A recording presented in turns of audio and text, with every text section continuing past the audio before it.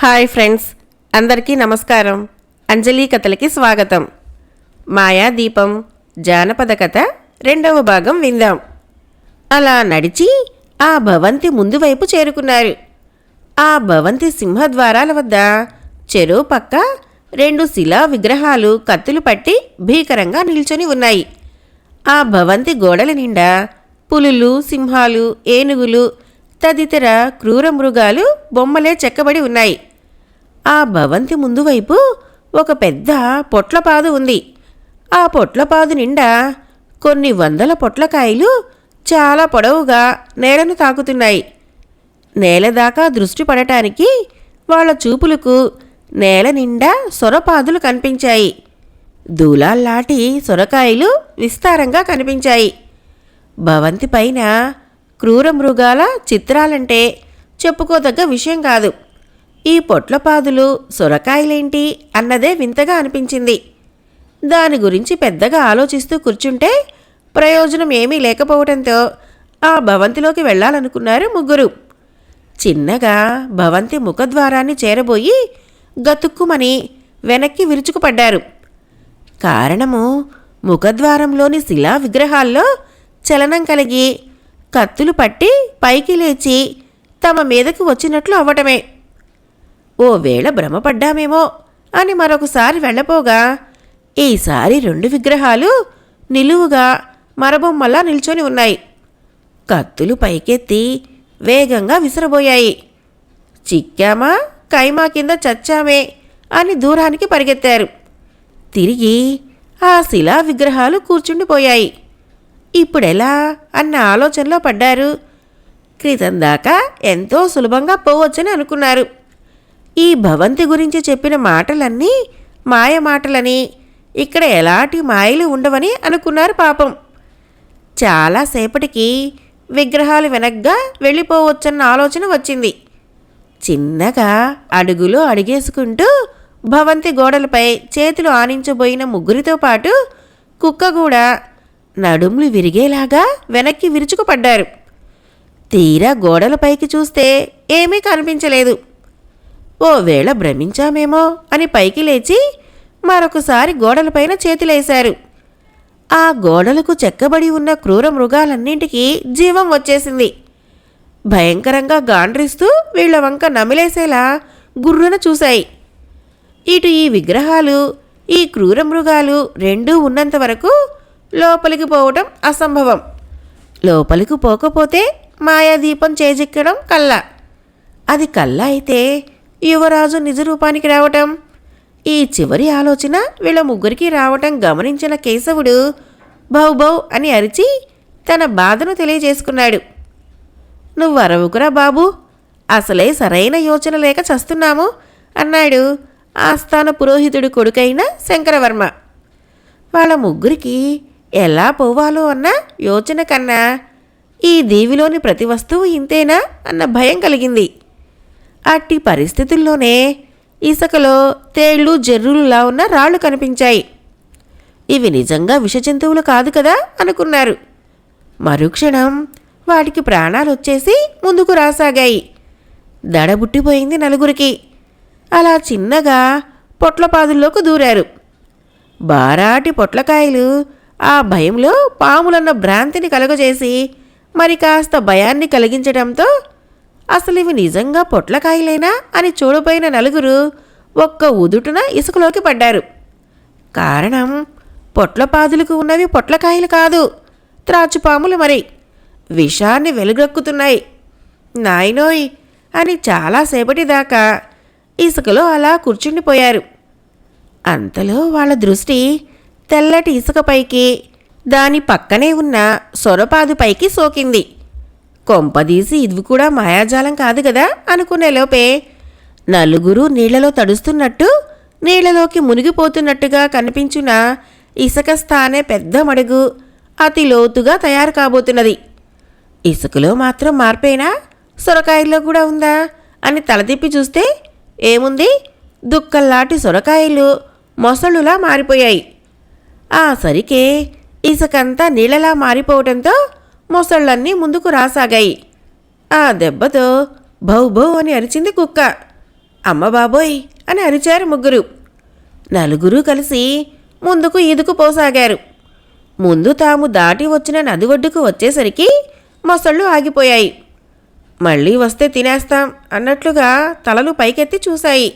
నదిలోకి అడుగు వేయబోయిన మంత్రి కొడుకు గజవర్మ బాబోయ్ నా కాలు అని అరుస్తూ కాలు పట్టుకొని వెనక్కి విరుచుకుపడ్డాడు. పాపం అతని కాలు బాగా కాలిపోయి ఉంది.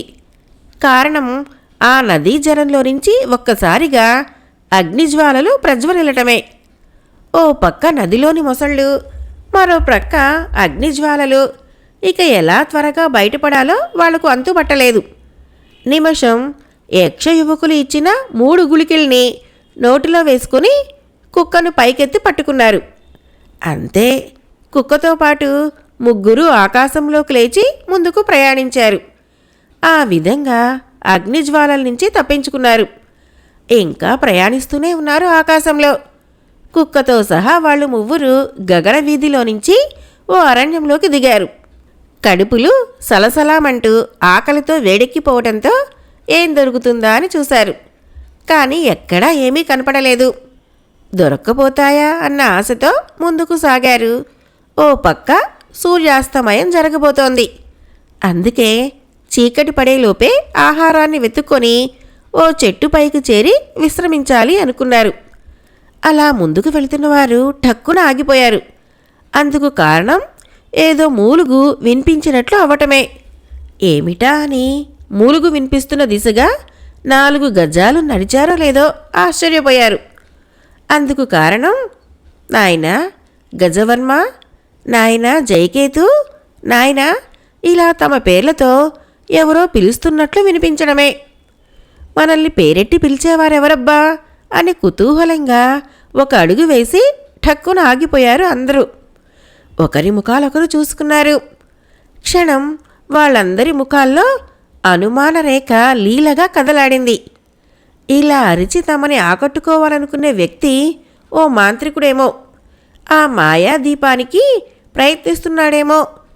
అందుకై మనం ప్రయత్నించడం చూసి సహించలేక మనల్ని ఇలా ఆకట్టుకొని చంపాలనుకుంటున్నాడేమో అనే అనుమానం కలిగింది. చాలాసేపు వెళ్ళాలా వద్దా అనే ఆలోచనతో సతమతమైపోయారు. ఆఖరికి ఓ నిశ్చయానికి వచ్చారు. తాము మంచి ధైర్యవంతుల పిల్లలమైనందుకు వెళ్ళకపోతే తల్లిదండ్రుల పరువు తీసినట్లయితుందనిపించింది. పైగా భయపడే తమని సామ్రాజ్య పాలనలోనే తగరని అన్న అంటారని అనిపించింది. అందుకే ఒక్కుముడిగా ముగ్గురు ముందుకు నడుస్తూ కుక్కను మాత్రం తమ వెనక రమ్మన్నారు. అలా కాస్త దూరం వెళ్ళిన ముగ్గురితో పాటు ఆ కుక్క కూడా ఆ దృశ్యాన్ని చూసి ఆశ్చర్యపోయింది. కారణం ఓ పెద్ద బండకు జీవం ఉన్న తల ఉంది. ఆ తల ఎవరిదో కాదు, సువర్ణగిరి సామ్రాజ్యానికి ప్రముఖ మంత్రవేత్త, సువర్ణ సామ్రాజ్యాధిపతి అయిన సుకేశన చక్రవర్తి అతిగా గౌరవించే మాంత్రిక భట్టాచార్యుల వారి శిరస్సు అది. ఆయన్ని ఆ స్థితిలో చూసేసరికి దుఃఖం ముంచుకు వచ్చింది నలుగురికి. అసలు భట్టాచార్యుల వారు ఈ అడవిలోకి ఎందుకు వచ్చారు?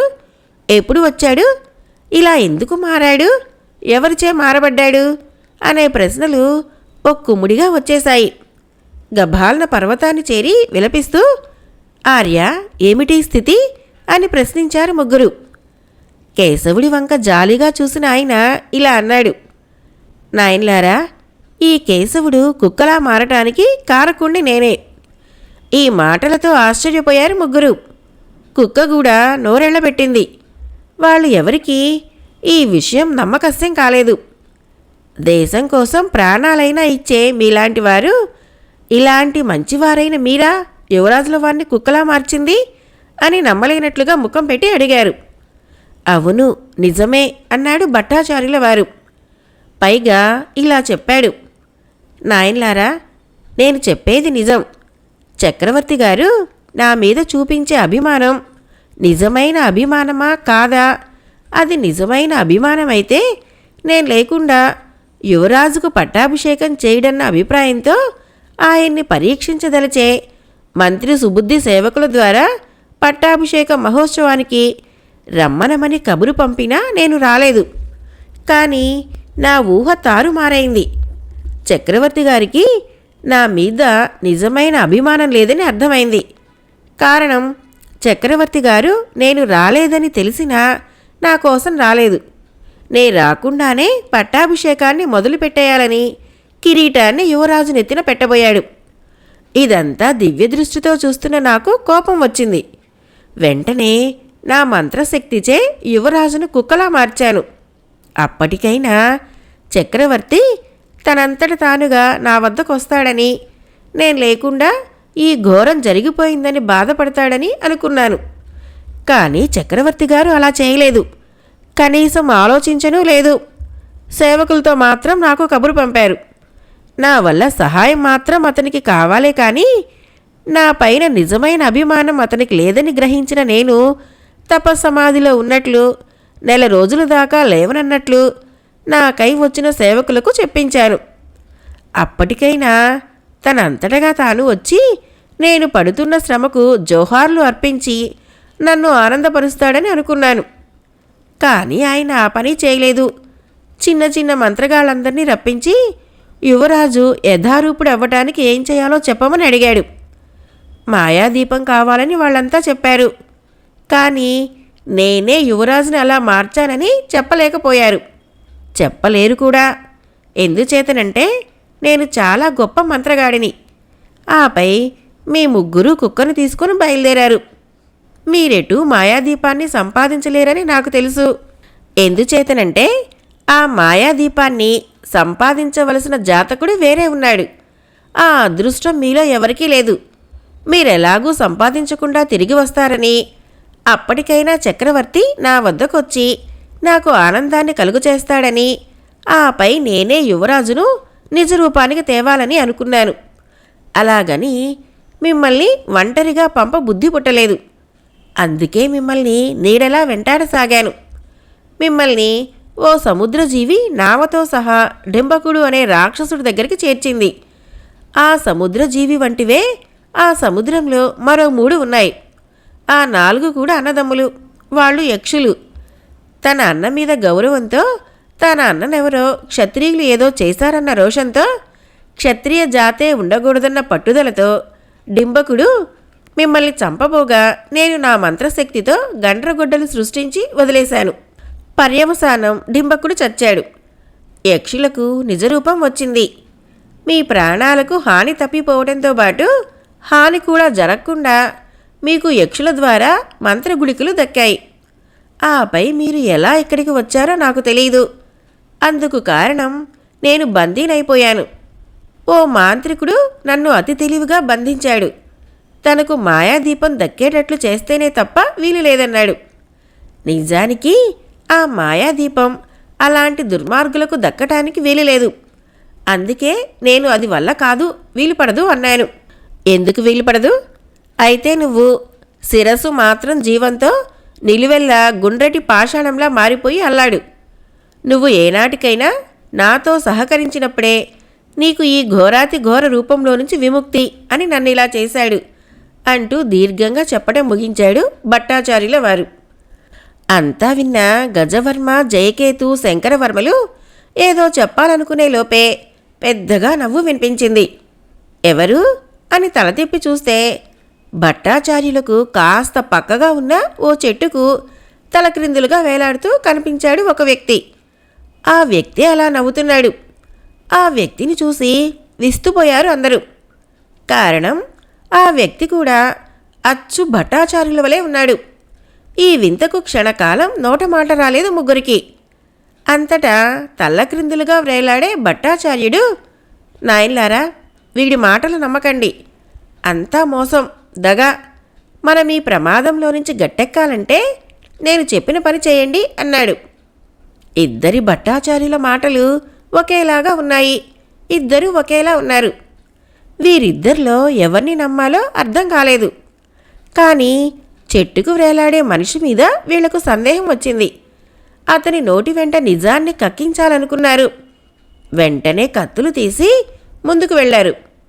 చూడు, మేం క్షత్రియులం. మాతో హాస్యాలాడటం అంత మంచిది కాదు.